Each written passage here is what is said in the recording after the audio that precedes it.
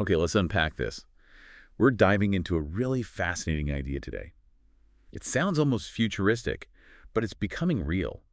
Getting electricity not just from the sun, but also from the rain. Right, from the rain that often comes with those cloudy days when solar isn't at its peak. Exactly. And our source material, especially this white paper from Black Knight Power looking at Indiana, really sets the stage. I mean, solar panels are great when the sun's out, obviously, but what happens when it rains? Yeah, that's the big question, the gap we're talking about. Traditional solar panels, their performance just tanks during rainfall. Guys, how much? The source indicates generation can plummet.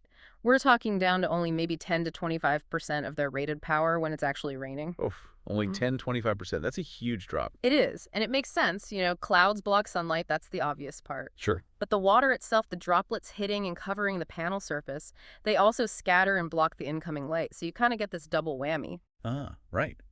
Creates a pretty significant energy gap then, especially when the weather's bad. Precisely. So our mission here in this deep dive is really to explore how technology is trying to bridge that exact gap. Looking specifically at Indiana and understanding, well, how this new approach works and what doors it might open. And the core idea here, the real innovation, isn't about trying to capture sunlight through the rain somehow. Right. No, it's about harvesting energy directly from the impact of the raindrops hitting the panel. From the impact itself, okay, how does that work? It relies on something called triboelectric nanogenerators, TENNs for short. 10 cents. Yeah.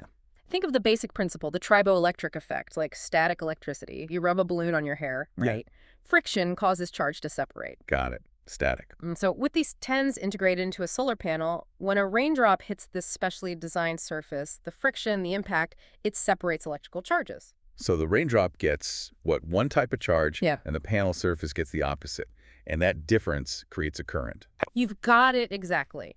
The source mentions researchers using advanced materials like electron-enriched graphene on the panel surface. Graphene. This material is apparently very good at interacting with the positive ions in the raindrop when it hits. It really enhances that charge separation, boosts the electrical output. Huh. So you're literally capturing energy from the raindrop's fall and splash. Essentially, yes. Hmm. And the source material suggests this isn't just, a tiny effect. It can be surprisingly effective during rainy periods. How effective are we talking? Well, these integrated panels, the ones with the TENG arrays, they've shown a higher average power density during rain compared to the solar cells alone under the same conditions. Think 40.80 milliwatts per square meter from the TENG versus only 37.03 from the standard solar cell part in the rain. Okay, so better, but maybe sounds small.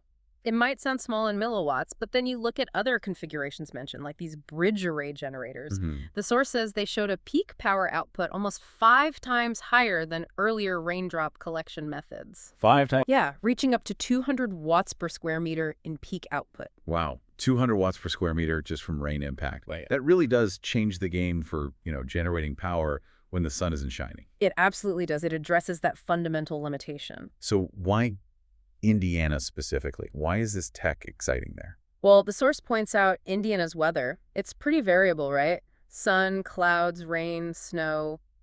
It gets a bit of everything. Yeah, definitely. So being able to generate power more reliably, regardless of whether it's raining or shining, that's a huge step for energy resilience there. Plus, Indiana's actually already doing quite a bit in renewables. They have been investing, haven't they? They have. The source gives examples, like that floating solar product in Fort Wayne. It's part of a microgrid using solar, batteries, even captured methane, built for resilience. Right, I saw that. And the solar thermal system at the Indianapolis airport, too, using solar for heating water. Exactly. Supplying, I think it said 70% of a facility's heat demand even in winter. And you've got utility scale stuff too, like the solar farm on the Maywood Superfund site. So the infrastructure, or at least the momentum, is there. Precisely. Indiana is actively building its renewable base, which makes it a really interesting place to potentially integrate something like rain-powered solar.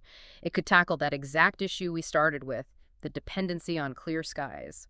Okay, so wrapping this up a bit, the potential seems huge. Filling that rainy day gap, adding resilience.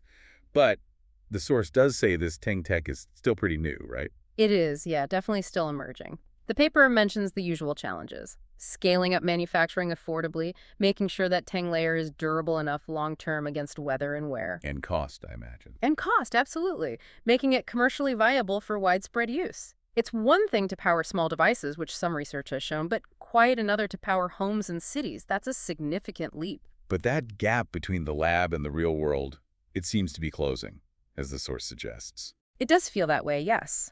The progress is definitely encouraging. So here's something to think about for you listening. Considering these advancements we've talked about, moving beyond just sunlight, harnessing energy from rain's physical impact, how might this fundamentally redefine what we think is possible for renewable energy?